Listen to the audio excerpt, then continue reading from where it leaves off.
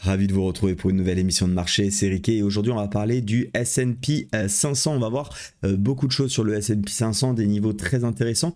Mais juste avant cela, je voulais vous partager une partie d'un article de Zone Bourse qui est vraiment parfait, tout simplement. C'est exactement la situation du marché, c'est ce passage-là. On va le lire ensemble, on va essayer de le détailler aussi parce que je partage déjà à 100% cet avis-là et surtout ça va nous permettre d'un petit peu mieux comprendre et appréhender les prochaines publications économiques.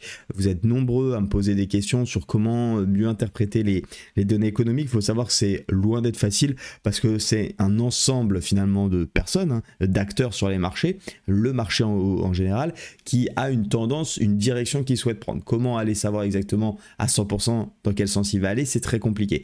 Donc il faut essayer de comprendre les grandes lignes, les grandes phases économiques dans lesquelles nous sommes pour pouvoir s'appuyer sur les news, bien évidemment couplé à nos plans techniques pour pouvoir derrière prendre les meilleures décisions. Et donc Anthony Blondin, l'auteur de cet article, nous écrit. Et là vous allez me dire, qu'est-ce qu'on s'en fout que les taux US baissent un peu ou un peu plus? Parce que c'est vrai qu'aujourd'hui la question qui prime, c'est finalement, est-ce qu'on va baisser les taux, plutôt la Fed va baisser les taux de 0,25 points de base ou de 0,5? Effectivement, tant qu'on baisse finalement c'est plutôt une bonne nouvelle. Bah oui, mais c'est important d'avoir en tête si elle va baisser effectivement de 0,25 ou de 0,5 et c'est ce qui sera notamment suivi le 18 septembre prochain. Eh bien c'est important parce que ça réduit le loyer de l'argent, autrement dit le coût de l'emprunt. Quand vous faites un emprunt, vous avez un taux d'intérêt et plus cet intérêt est bas, moins l'argent est cher bien entendu à emprunter. D'une part, ce qui est censé relancer l'économie, mais aussi parce que ça donne une indication sur les intentions de la Banque centrale, en particulier sur le rythme qu'elle entend imprimer à sa politique monétaire. Comprendre derrière, si effectivement elle augmente de 0,5 au lieu de 0,25, eh bien il y a des chances en tout cas que la Fed souhaite accélérer finalement son processus de baisse des taux. À titre personnel, je ne parierai pas sur ce scénario. Je pense que la Fed a effectivement une volonté de baisser ses taux, mais qu'elle a envie de voir comment cela impacte déjà d'une part l'économie, mais également l'inflation, et je ne pense pas qu'elle se précipite dans sa baisse des taux. Ça ne reste bien évidemment que mon avis et mon opinion. J'ai une chance sur 2 à peu près, voire 3, donc bien évidemment je peux me planter, mais connaissant le discours de la Fed et la prudence qu'elle a depuis maintenant 2 ans et demi, 3 ans, dans le fait de se prononcer, dans le fait d'accélérer effectivement la baisse ou l'augmentation de ses taux, je pense qu'elle va être plutôt prudente. D'un autre côté, si la Fed baisse ses taux à grande vitesse, donc le scénario que j'envisage le moins, ça pourrait passer pour un signe de panique et envoyer un message négatif pour la confiance. L'institution doit donc naviguer subtilement entre les deux rivages, celui du bon tempo pour l'économie et celui du bon tempo pour la confiance. Et c'est là toute la complexité de la chose, parce qu'effectivement, certains voudraient voir les taux baisser rapidement, mais effectivement, si la Fed baisse les taux de 2 points, c'est qu'elle acquiesce, pardonnez-moi, que finalement on n'est pas dans les meilleures dispositions, qu'on a besoin de stimuler l'économie. Et c'est vrai qu'avec le marché du chômage, du travail, pardonnez-moi, et donc le taux de chômage qui grandit un petit peu, même s'il reste malgré tout maîtrisé, on n'est pas non plus, j'ai l'impression que la panique, on va le voir d'ailleurs sur nos graphiques, a pris un petit peu le dessus par rapport à la raison. Mais finalement, le fait de voir la Fed accélérer peut-être cette baisse des taux pourrait en générer de la panique et rendre un peu plus fort cette situation de vite, comment sauver les meubles.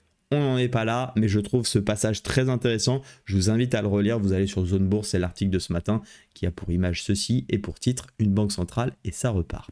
Voilà pour cette petite introduction. Concernant le graphique maintenant du SP500, vous voyez, on voit parfaitement la nervosité ici du marché, des grosses accélérations baissières sur 3 jours ou 4 jours pour quasiment tout reprendre. On perd 5,9. Alors c'était sur le Nasdaq les chiffres que je vous dis, j'ai pas regardé, bon on va le faire ensemble.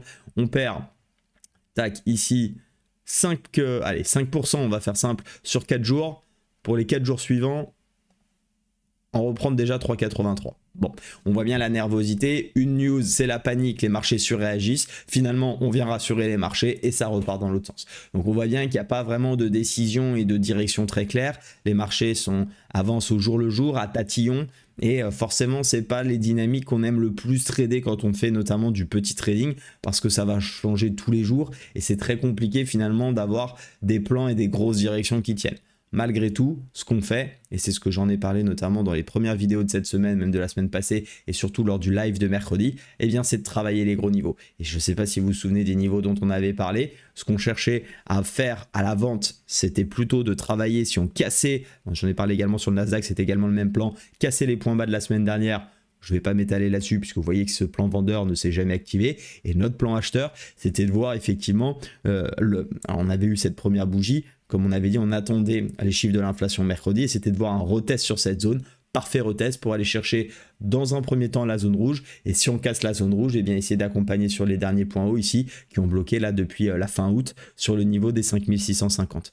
Ça c'est vraiment notre plan, et donc c'est le plan acheteur qui est en train de se dérouler. On a bien eu le retest, on est bien venu chercher la zone rouge, on est en train, pour l'instant, attention à ne pas considérer que c'est cassé, hein, on est dedans, mais si on a une accélération haussière cet après-midi, eh bien je serai assez partisan du fait d'aller chercher en day trading soit le milieu de ce range sur les 5625 points, en essayant, vous voyez, de travailler un petit peu plus bas si on a envie vraiment de jouer la continuation haussière, ou alors bien évidemment si on a la volonté et la possibilité d'appuyer, eh bien d'aller chercher les 5650.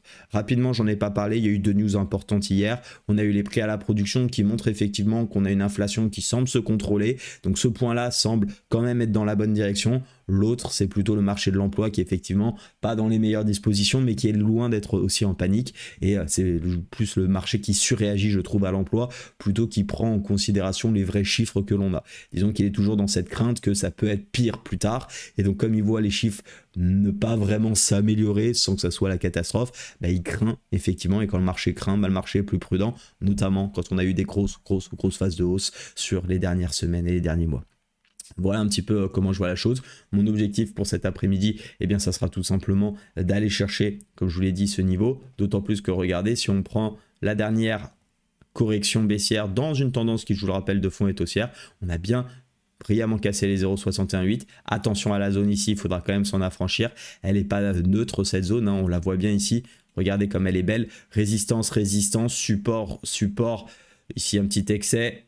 Résistance, résistance, support, support. Là on lâche, il n'y a pas eu de retest, ça a lâché lourdement. C'est d'ailleurs ce qui nous avait invalidé nos plans acheteurs à l'époque. Et là on a quand même une belle accélération, une belle rentrée dans la zone. Donc tout ce qui est continuation haussière cet après-midi, notamment ceux qui par exemple aiment travailler avec l'OPR, bah, en fonction de là où il sera, hein, bien évidemment, si on se retrouve déjà là-haut, ça ne sera pas la même chose. Mais si on est plus ou moins dans cette zone, ça sera un OPR qui, à mon sens, est intéressant à travailler dans une optique de continuation haussière, par exemple. Libre à vous derrière d'appliquer les stratégies que vous avez autour de cet indicateur. Voilà, je crois que j'ai été assez complet. Je voulais juste finir avec un dernier point et pas des moindres. Il y a Darwinex 0 qui vient de sortir une offre complètement incroyable qui vous offre la possibilité de trader pour vraiment 3 fois rien.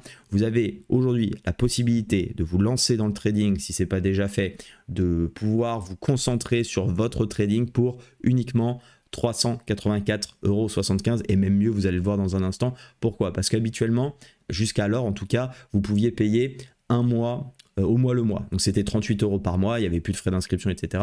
Ce qui déjà était une offre exceptionnelle puisque ça permettait tout simplement d'avoir, tout simplement, vous faites 38 x 12, si je ne dis pas n'importe quoi, c'est aux alentours de 465 €, quelque chose comme ça.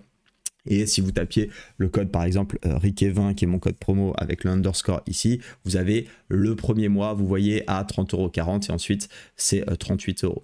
Vous avez la possibilité désormais d'avoir ici un an directement d'abonnement et au lieu de payer 38 € par mois, ça vous revient à 33,75 €. Ça vous fait quand même une économie qui n'est pas sans rien. J'ai juste enlevé le code pro parce que ça fait bugger. Ça enlève quand même 51 €, soit un mois et demi finalement, donc c'est quand même pas rien.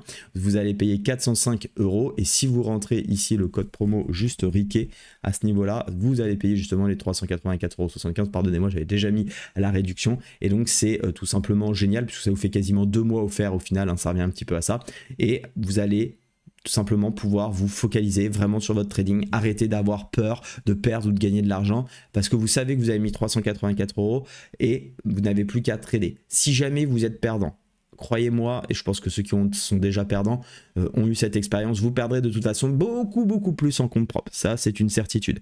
Et en plus, vous allez en compte propre rajouter de l'aspect psychologique qui va venir empiéter votre trading. Deuxièmement, si vous êtes rentable, et bien de toute façon, vous n'avez qu'à déposer 384,75 € et à partir de là, vous allez aller générer des allocations. Je vous rappelle qu'à l'heure où j'enregistre cette vidéo, avec l'ensemble de la communauté, en cumulé, on a presque atteint 1 million d'allocations, ce qui est quand même pas rien depuis janvier. Et donc à partir de là, vous allez pouvoir générer des allocations et donc aller chercher des payouts, aller chercher des paiements. Et surtout, ce qui est intéressant, c'est que vous construisez votre tracker, parce que tout l'intérêt d'un Darwinex, c'est d'être là sur plusieurs mois, plusieurs années pour aller chercher ces allocations, multiplier vos performances. Vous le savez, un Darwinex, ça marche sur le long terme. Plus vous êtes là longtemps et plus vous êtes rentable, plus vous avez d'allocations et plus vous allez aller chercher des allocations auprès des investisseurs. Si vous n'êtes pas à l'aise avec Darwinex 0 et que vous ne connaissez pas, je vous mets un lien dans la description qui est une vidéo que j'ai faite de présentation. Ça vous permettra d'en savoir un petit peu plus. Voilà, je vous souhaite à toutes et à tous une belle journée sur les marchés. Soyez prudents et bon week-end. À très vite. Ciao.